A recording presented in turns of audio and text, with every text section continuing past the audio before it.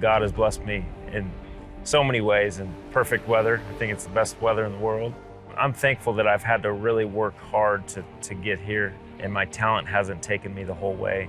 Along the way, San Diego Padres' Mark Melancon has played 13 seasons with 8 different teams. The 4-time All-Star closer enters the 9th inning to hold the lead and secure a win.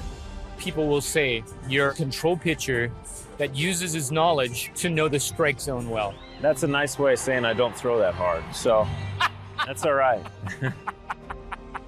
Everybody wants to throw 100 miles an hour, but I think that masks a lot of details. Unfortunately, I don't have 100 miles an hour, so I have to be better at the details. A lot of times when you have so much talent, you overlook those little things. Attention to detail provides Mark with a broader perspective, serving him in bigger challenges personally and professionally. Pandemic, what did you learn about yourself and your family? Time itself is so valuable. Our kids grow up so fast. I have 3 young ones, and a year ago, we started this thing, and now we're coming out of it. But I'm so thankful in how we've gotten to grow together as opposed to being separated in our own lives. The whole time aspect has really hit me hard in a good way. What is your go-to pitching? Cutter, curveball are my 2 go-to pitches. My cutter is basically a little bit offset 4-seam fastball. My curveball is a knuckle curve. I just rest my finger on top and pull down like a hammer. So when you're in the bullpen, as the game progresses, how do you deal with the timing mentally and the rhythm as it approaches? I have checkpoints throughout the game. And I know in the 3rd inning, I got to have this stuff done. When it gets to the 5th, I'm in this situation. And the 7th, I know mentally, physically, I got to be here. And then the 8th, and then I'm rolling. And you're kind of flying on standby, aren't you? Yeah. Are there moments when you are out there of companionship with him in the moment of your pitching? All the time. Yeah, oh yeah. It's usually when the bases are loaded or, 2nd, 3rd, no outs. I just have left it up to him and said, you know what, whatever happens here, I know that you're going to be with me, and I'm going to give it all I have here, but whatever happens, I know it's going to be for the best. Kind of the stress just goes away from you at that point.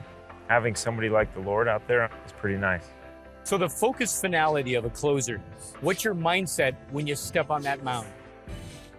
Hard to explain, but the tunnel vision that you have when you're out there is really cool. You can't really match it anywhere else. It truly is tunnel vision. Focus level is off the charts. It's pretty unique in that way. Strike thrower, thrill seeker. That's how you're known. Walking with cheetahs, diving with great whites. So is there one that you've got in the back of your mind that's next? Ski the Swiss Alps. I'm looking forward to doing that at some point. I've skydived and rode bikes down the world's most dangerous road in Bolivia, and all those things have been really thrill-seeking, but I'm looking forward to spending some of these things with my kids as well as my wife. Skiing down the Swiss Alps would be a blast. Mark has reinvented himself over the course of his career, similar to the ongoing transformation of his faith. Just like your walk with Christ, it's changing, it's growing, it's becoming more mature. I feel like that with each team, that you learn a little bit about each person, and I feel like that with God, it's growing with time. And the more He puts me in different situations, the more I grow with Him. What's most misunderstood about the Christ that we follow? That we have to do something to receive Him, something external, some good deed.